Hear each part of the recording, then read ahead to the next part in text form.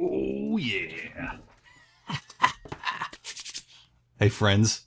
What do you think of my new hat? I got this from Costco for $12.99. And I'm declaring this Costco hat boy summer. On the tag, they had a beautiful couple there, and they were like near a waterfall, and they're hiking.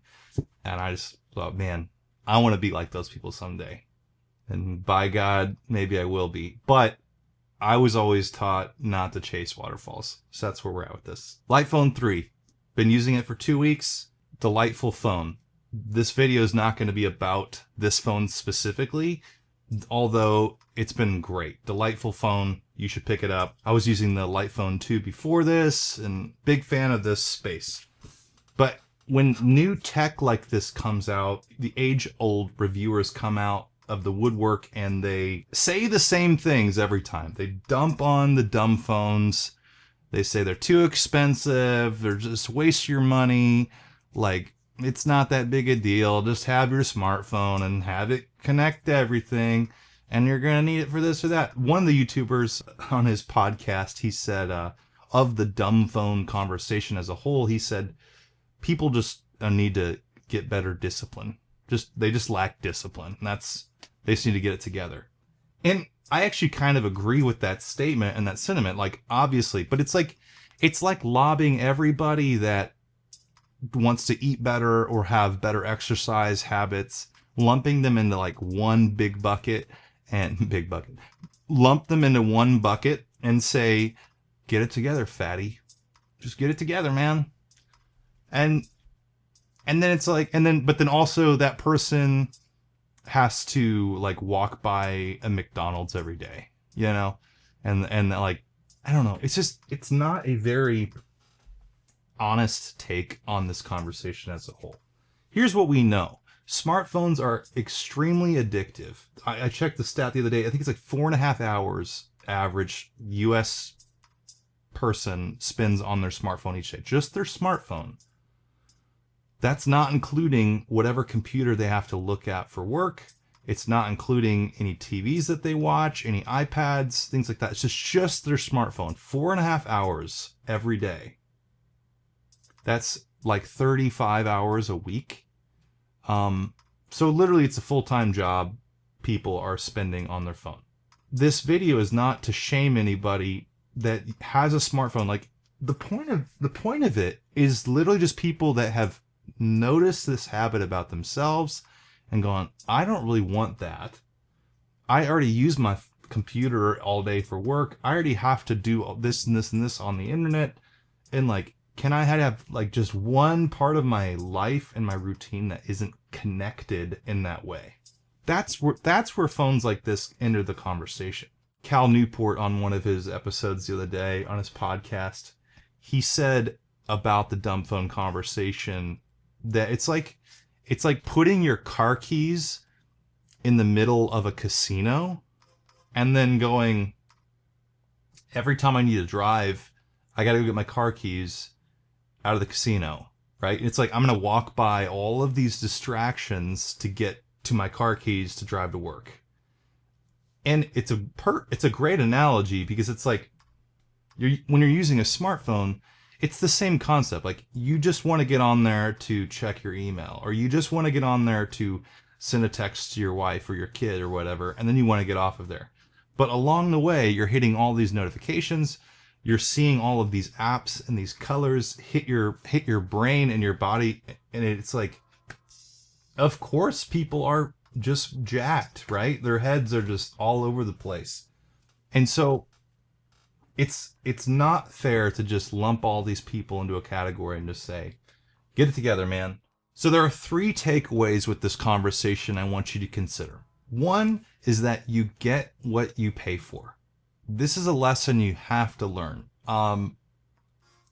If you're paying nothing for something, you are the product. You are the money's being made off of. Like, if you have if the app is free, if the service is free, you're trading something unknowingly or knowingly in that process, whether it's your data, whether it's your location, which is also data, whether it's your time so that they can serve you advertisements in that pool of time. But if something costs a lot, it doesn't mean it's necessarily better. I'm not saying that either. But there's somewhere along that journey where you go, okay, I'm going to figure out what this actually costs to make in an ethical way. I'm going to find a company that provides this service or this product, and then I'm going to figure out what it costs. And then I'm going to work backwards from that.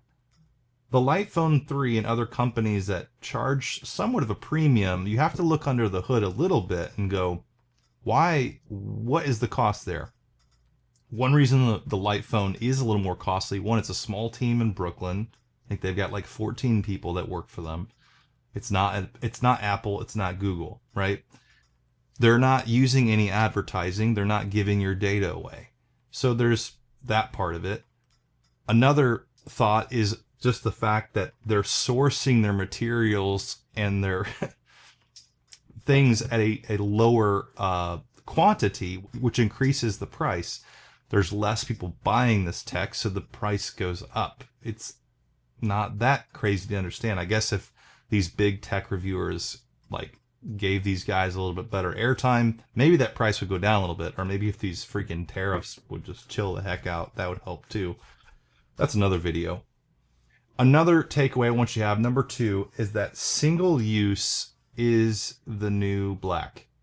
And what I mean is, I'm seeing this more and more. There's all these people out there migrating to things like old iPods, original Game Boys, typewriters, cameras. Like, people are just getting more and more into single-use tech, and that is like a great trend that I'm seeing. I'm here for it because I think a couple of things are going to happen. One, we're going to be less prone to have things in our life that do everything for us, so that when we pick them up or when we approach them or when we use them, they just use the tool that they're promising to do, and that's it. And so that provides a distraction-free opportunity for us. That provides us a way to focus in on the task at hand. Single-use stuff is going to be, and I don't mean single-use like disposable. I don't mean like you take a photo and then throw the camera in the trash can. That's not what I mean. I mean like it has a single purpose. That's a better word. So single purpose, rather, is the new black. The third thing is that I want you to all consider in this conversation is, what is the world that you want to live in? I don't want to live in a world that is dominated by big tech, big pharma, big capital. Like those are the only companies that win. Those are the only people that win. Like, I don't want to live in an AI-driven dystopian culture. Like, that's not for me.